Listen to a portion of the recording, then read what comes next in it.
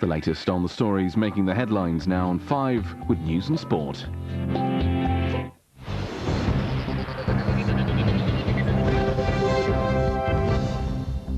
Tonight, the starving tsunami boy found alive after weeks all alone. Smack your kids and you could face 5 years in jail. And Rooney gives Man U victory over Liverpool.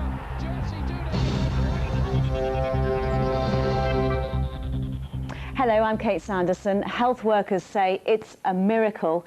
A 7-year-old boy has been found living alone on a beach in Indonesia almost 3 weeks after the tsunami. Ian Doveston reports. We came across Martunas as we filmed on Banda Aceh beach. We gave him food. He was eager to eat. The boy is just 7.5.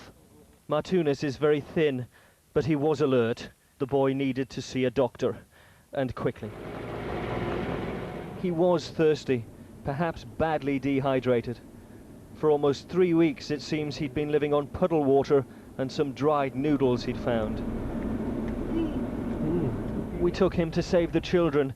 He appeared to be tiring, perhaps as a result of the relief he feels. But the big worry is malaria. It was a short trip to hospital. First they gave him oxygen. The saline drip would rehydrate him. It's a real miracle. But something still more remarkable was about to happen. These hands would care for him, yes, but nothing could replace this hand. It is his father's, a hand he must have thought would never touch him again. Save the Children had tracked him down in hours, along with his great-grandmother. Ian Doveston, 5 News, Banda Aceh in Indonesia. Within the next hour, the ringleader in the Abu Ghraib prison scandal should find out his punishment. American soldier Charles Grainer will be sentenced by a military tribunal in Texas. He faces up to 15 years in jail for abusing prisoners in Baghdad. Parents who smack their kids hard enough to leave a mark now face up to 5 years in jail. There's been a mixed response. Some children are disciplined with a smack and it works. If I smacked him, he'd probably smack me back. I don't agree with smacking my kids, so I don't agree with other people doing it, really. Let's be honest, we all had a good hiding when we were kids. It didn't really do many of us much harm. And the only way that I know that I was taught in my day was a little tap here and there, but not severity. There's other ways of punishing. What's a better way to discipline children? Shouting. Scientists say pictures beamed back from one of Saturn's moons have opened a window on an alien world. The surface of Titan is pale orange, covered by a thin haze of methane. A European spacecraft landed there yesterday. Sport, and Chelsea have extended their lead at the top of the Premiership after a 2-0 win at Tottenham this afternoon. Rivals Arsenal were beaten 1-0 at Bolton and are now 10 points adrift in second place. And Manchester United are third after a 1-0 victory at Liverpool. A mistake by Jerzy Dudek allowed Wayne Rooney to score the only goal of the game. Meanwhile, Merseyside police are investigating after a mobile phone was thrown at Rooney. Elsewhere, there were wins for Aston Villa over Norwich and Charlton over Birmingham. Man City beat Crystal Palace. Southampton lost at Newcastle and Portsmouth were beaten by Blackburn. Rangers have returned to the top of the Scottish Premier League after beating Dunfermline. In cricket, England captain Michael Vaughan has been fined his whole match fee after complaining about umpires. Herschelle Gibbs made an unbeaten century for South Africa, who closed day 3 of the 4th test on 306 for 6. That's in reply to England's first innings total of 411 for 8 declared.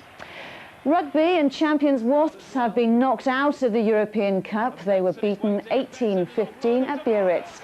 Leicester thrashed Calvisano 62-10, but they have to wait until tomorrow to find out if they'll qualify from the group stages. That's all for tonight. In a moment, Joe will be here with the weather, and I'll be back tomorrow at lunchtime. See you then.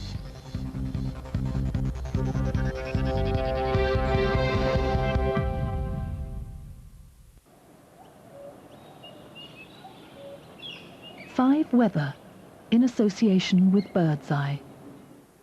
Hello there. Well, we saw some fine weather down in the south of the country to end the day, but that does mean under clear skies we're going to see temperatures dropping, probably far enough to see a touch of frost. Elsewhere, there's probably still too much in the way of cloud. Still up towards the north and the west, we'll have some patchy rain. That will start to edge its way very, very slowly southwards, but it's going to be dying out as it does so and becoming cooler and fresher under clearer skies there too.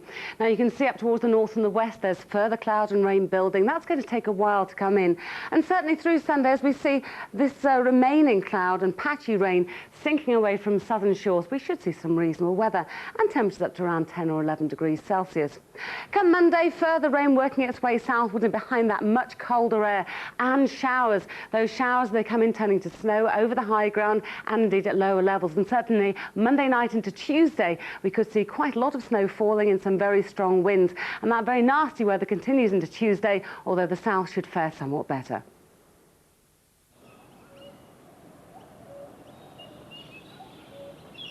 Five Weather, in association with Birdseye.